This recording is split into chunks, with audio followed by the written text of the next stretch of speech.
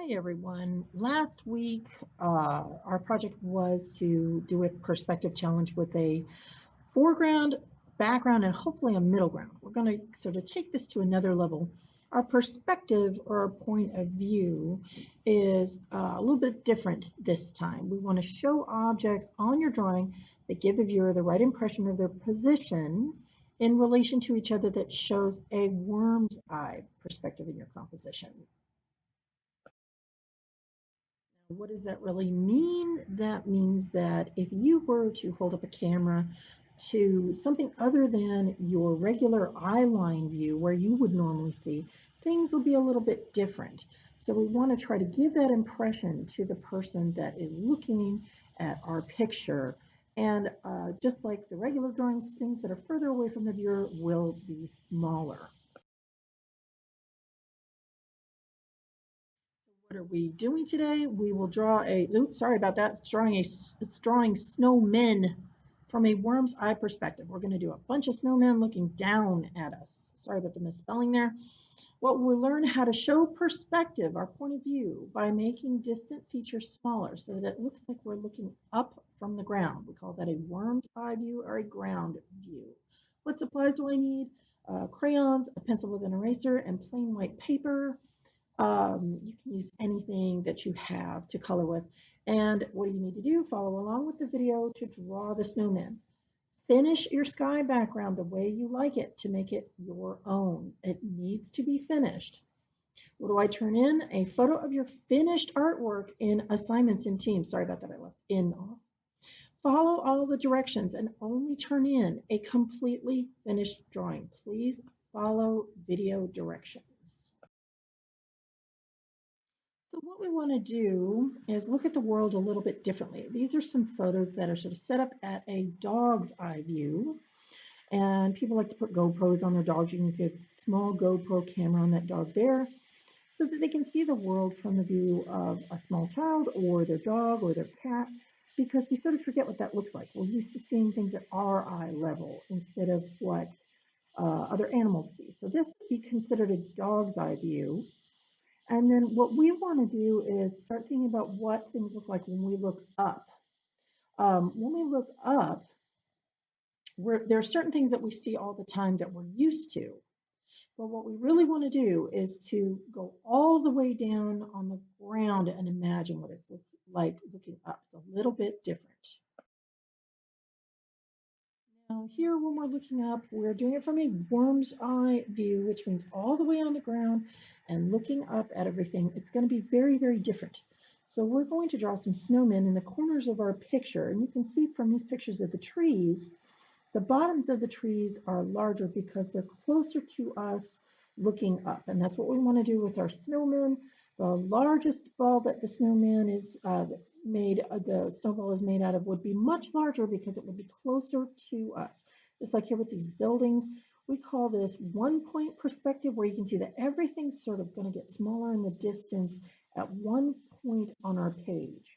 So you can see in these pictures, we don't have the sky colored in. We need to do that. So part of your job today is to completely finish your drawing. That includes the sky.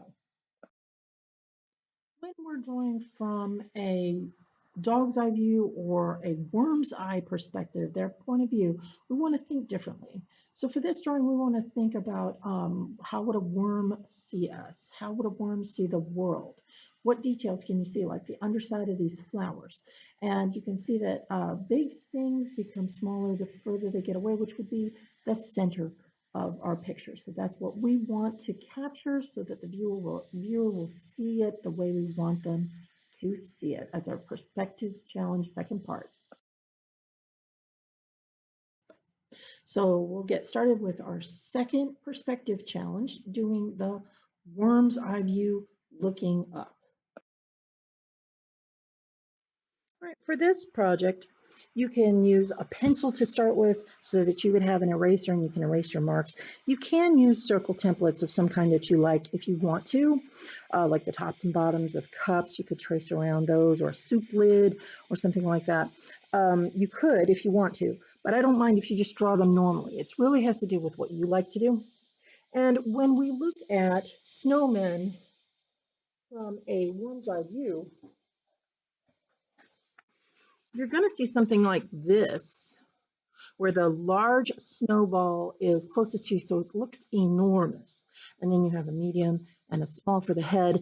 And since you're looking up from below, you're going to be seeing the carrot. But for this drawing, you don't have to do 3. You can just do 2 snowballs. You got to imagine what those look like. They're not going to be perfect circles. They're going to be bumpy, so they're not going to be perfect lines. And we can just do 2 snowballs.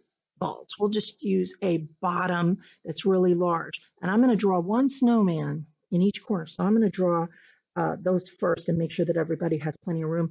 I'm just going to go and make 1 in each corner, pretty big, but enough room to have all 4 of them. So I'll go ahead and go around, and it's okay if they're not perfect, if they bump a little. And I'll make another one here, and another one. Finally, I'll just go ahead and go here. So you could do 3 snowballs, but you can see if you do that, they're all going to be kind of crammed in the center. So you could do that. Maybe that's what you're going to want to go for, so that you would see everybody's head in the same place. But if you only want to do 2, that's fine. But remember that if you're in the middle of them, and you're looking up, you're mostly going to see the large snowball. So the head is going to be much smaller, and it's going to be looking down at you. And what I have to do with this project is I kind of have to turn it so that I can work on each snowman individually. So you can see if you wanted to do a snowman with 3, you definitely want to use pencil to try to plan it out first. And then what we want to do with these guys is they're going to be looking down at us and saying, hi there. So we can draw in some hands for each snowman. And maybe they're going to be close to each other, tree branches. And snowballs are just big, large balls of snow that we put together with our own hands. So we're not going to worry about anything being perfect, or lumpy and bumpy is fine, because our tree branches would be. They'd be lumpy and bumpy too. And that way the hands might be going across each other. But we can go ahead and draw a normal snowman face. The great thing about this drawing is if we put instead of having it where you can only see the upper side of the carrot, we can have him looking down.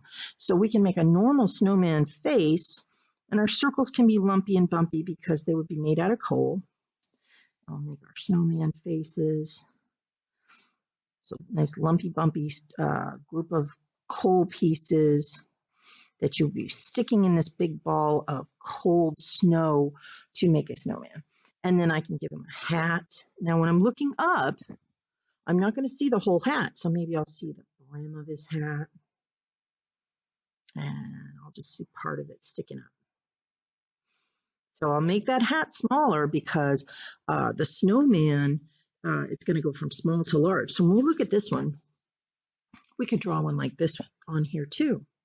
We can go ahead and say, okay, this guy has coal on him and he's got buttons that are like a coat.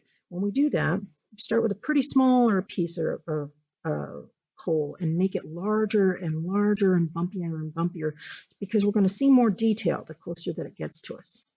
So nice big bumpy pieces of coal. So as they get closer to us as the viewer, they'll get bigger. And then maybe this guy is looking up. Maybe I can go ahead and do a carrot nose where I can't see his face and I just see his smile. So there's the happy snowman there.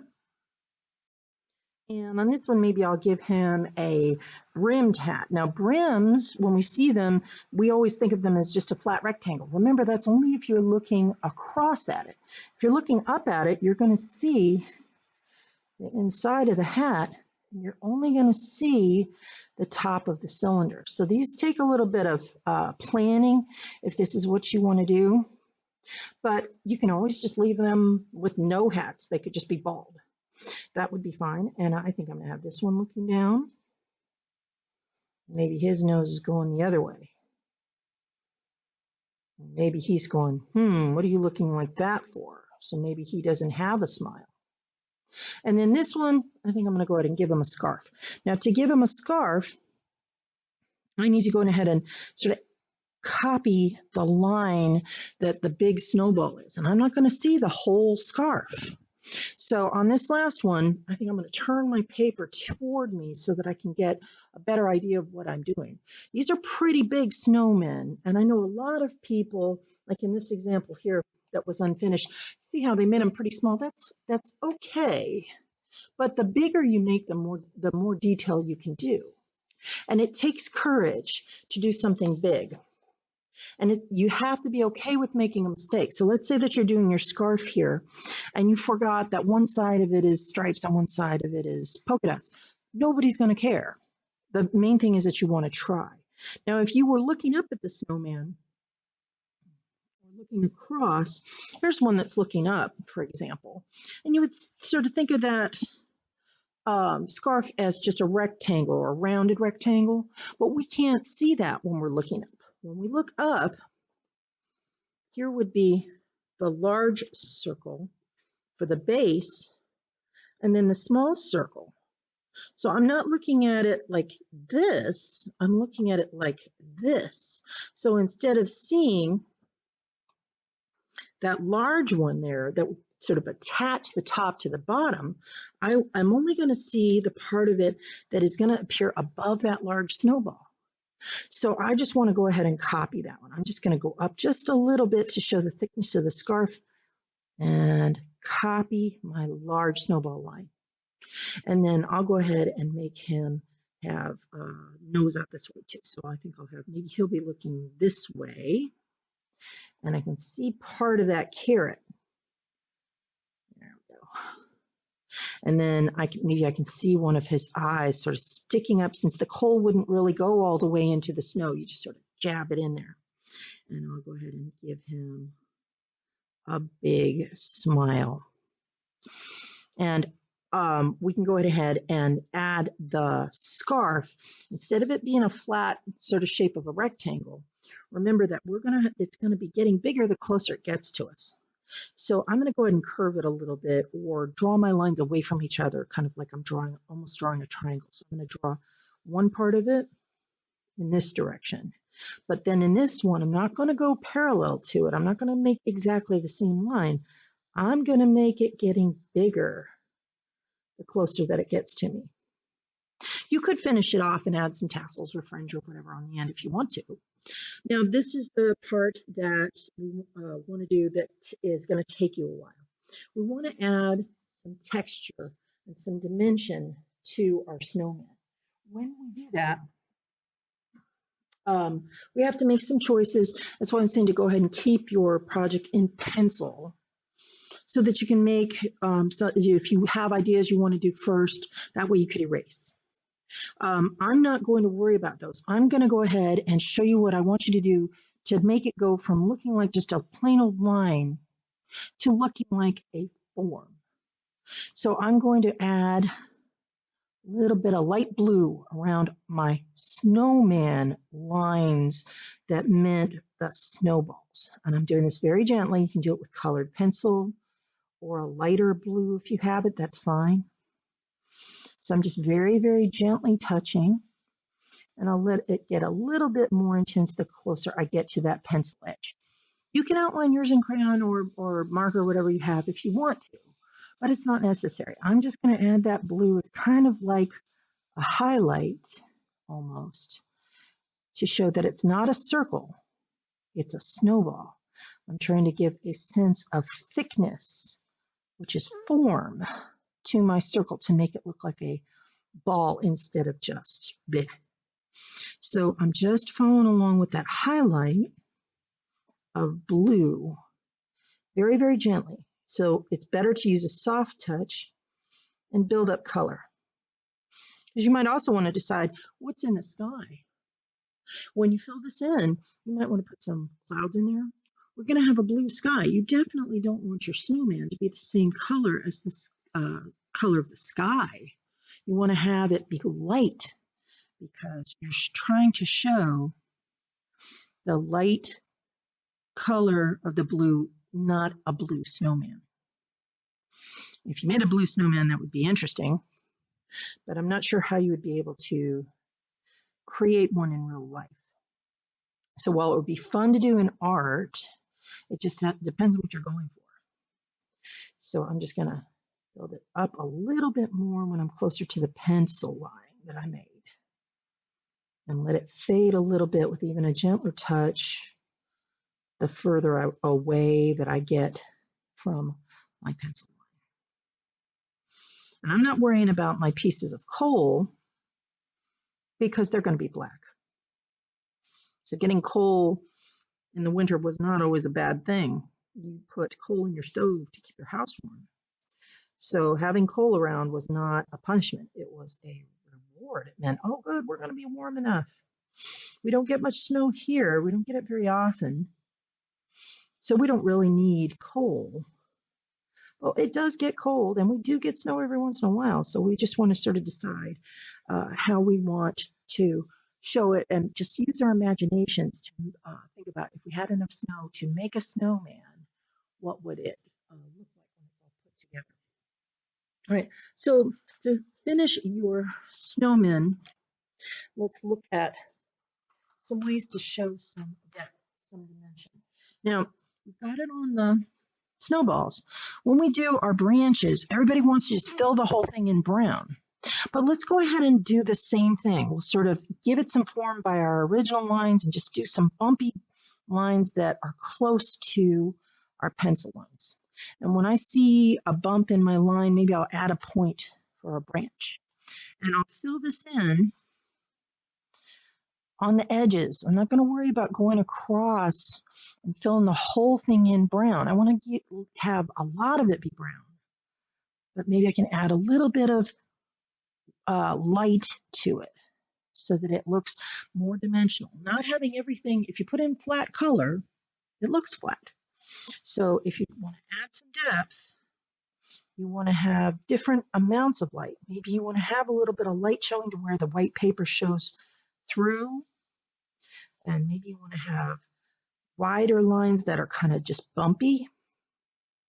But what I want to do is have some of my brown be a deeper brown, and then some of my brown be a lighter brown so that it looks like it's more than one shade. Now, I went ahead and drew through on my blue lines there, so it's up to you if you want to erase those or be more careful with your crayon than I am, but I'm not worrying about it. I don't worry about little bitty details. Nobody's going to pay any attention to those once I'm finished unless I tell them to. So all I'm doing is sort of copying my skinny little line with another line to make it look like it's thicker. That's all I'm doing, and I'm making them nice and bumpy and not filling the whole thing in with brown so that it looks like it's capturing some light. Go ahead and continue with my arms here. And I'm going to pause the video to get those done. So you can pause your video and color in some of your depth. And then we'll pick back up on our finishing details. So here's a couple of finishing details. I definitely want to check and see if there's things I need to erase. And then I'm not going to worry about things that I have to fill in completely black, but I want to be able to get rid of the head of the line I drew for the head inside of my scarf. And I want to make sure that I've colored those things in. But I can use my pencil to add some texture to my carrot. I don't need to go all the way across with my lines. Carrots are very dry, and we want that to look very different from the texture of the snow.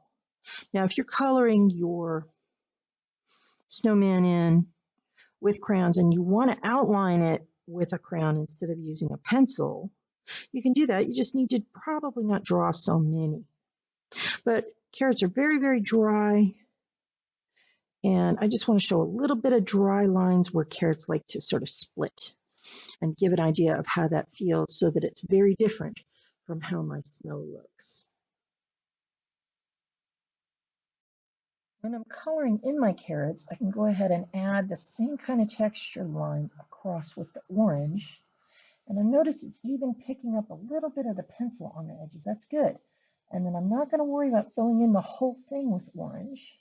I'm going to kind of leave the middle part alone and not try to fill it in unless I think I need to get some lines across it, because it looks more like it's capturing some light, and it's lighter and brighter than the other parts. So I'm not going to worry about filling it in completely. I'm just going to try to fill it in the same direction as my pencil, to sort of pretend it's also that texture of a carrot. So I'm going to get those points in there, get my edges, but I'm going to try to leave my center alone. All right, and I'm just finishing up drawing with the black. One of the great things about drawing with the black to do coal is if you sort of push on parts of it hard with your hand, and then other parts you just sort of add in some more black around through the white paper, it's going to show up as sort of like a gray. And since coal is all lumpy and bumpy every place that you touch it, it works very well with the coal. Now, same thing if you're going to be finishing these guys off with scarves. You might be able to see the scarf here. Like, I'll go ahead and make some stripes for the scarf here. And I want them to be bigger as I go across. I want them to be bigger at the bottom because they would be closer to me if I were actually lying on the ground and looking up. So I want to make them a little bit wider on the bottom part. And then same thing with the stripes. So little bitty stripe here. Go ahead and outline it. You can outline your snowmen. If you like a darker color, you can do it. Just make sure that if you're going to outline them in black, that you can still see your blue highlight of your snowballs, because I don't have a blue highlight here. If I don't do something to distinguish it from the background, it doesn't look like anything but a line. So I would want to finish my snowman off there in the blue. But while I'm doing things, I got to remember the whole time that I'm working that if it's at the bottom of the snowman in the corners on the large snowball, that ball is much closer to me if I'm pretending I'm looking at it than the top one. So it needs to get larger and in more detail the closer it gets to the viewer. So that needs to be a wider stripe. Now, some of them you could say, well, maybe I can't see the whole thing, and I just want to show a part of a scarf. Maybe it's a skinny scarf and we can't see the whole thing. Well, don't make it too complicated. You can always draw it in pencil first and then decide if you want to keep it. So maybe you just want to have some scarf blowing in the wind over here. So maybe you'll create something that looks like it's blowing. Now, blowing usually is going to mean a curved line, but it doesn't have to be fancy. Be creative and think of something fun that you would want to show on your scarf. You can show patterns. You can do the stripes. You can do something else. You can use your favorite colors. And then you want to finish it off by doing something for your sky and maybe just some clouds. But a plain old overcast sky is still made out of clouds, and you're still going to see some lines going on. So if I want to do the outline thing just like I did with the snowballs, I can do that. I want to give some variation to my colors, but to give it form, I want to make a little bit darker of a line around my edge. See the difference there on that hat? It just makes it pop a little bit more and make it look more like it's a form instead of just a flat old line. So nice darker lines on the edge and just add in a little bit of lighter color. Try not to make it too flat. Try to give it some depth. Add in some white. Let that white show through on your paper. And then if you want to show texture, like with a pom-pom here, that's fine. But you don't want to go too crazy or else it's not going to look like it's fuzzy and soft to the touch. If you're doing a stovepipe hat like we used to have on a lot of the old classic pictures of snowmen, the problem that you're going to run into is they would be black, and then you're going to want to sort of keep on using the black in the same way as the coal. So you want those darker lines, but if you let it shine through too much, it's not going to look like it's a black hat anymore. So you want to use it, but do a lighter touch. And you could do a color band around the hat. So I think I'll just do a green stripe across the hat here to show that it looks like a stovepipe hat, like the kind that Lincoln used to wear. Those were very, very fashionable once upon a time. And then I'll go ahead and finish off the hat. I want to make those outer lines darker. But since the whole thing's black, and they're not always like a shiny thing, you don't necessarily want to show a shine like you would on the snowballs. You want to fill it in with that gray. So try to get it in there, but still make your outer lines a little darker, your outer edges, and things where items are crossing over each other, like in where you think a shadow would be. Instead of trying to add black, add a little bit more color to show depth. And don't always just immediately think that you have to shade things in with your pencil and smear it and make it messy. There's loads of ways around it. So make these your own. You might have something else fun, different idea that you can put in here. And maybe they're throwing snowballs at each other. How would you draw that? Do not forget to finish your sky. This needs to be a completed drawing. So this one's not complete. You can also tell that this one, the student didn't finish because they started on the sky, and their snowmen are small, so bigger might be better. You wouldn't have to color so much in. You have to be brave to do these larger drawings. So make sure that even though he started with the blue, now he's got all this blue you would have to color in. So the bigger the snowman, the less coloring you would have to do in your page. And if they're super tiny, people just can't always see what you're trying to show. So think creatively and maybe do some fun stuff with your snowmen. Maybe they're doing something with their hands. Maybe they're pointing at something. Maybe all their hats meet in the center. And then once you finish the main drawing in your foreground, finish that background of the sky that would be furthest away from you as the viewer if you're lying down and looking up at your snowmen looking down. So I can't wait to see what you create, but remember to follow all the directions on this. If your paper is returned, it's because it's incomplete. Make sure you turn in a completed picture. You can send it to me through email or in Teams. Have a great day.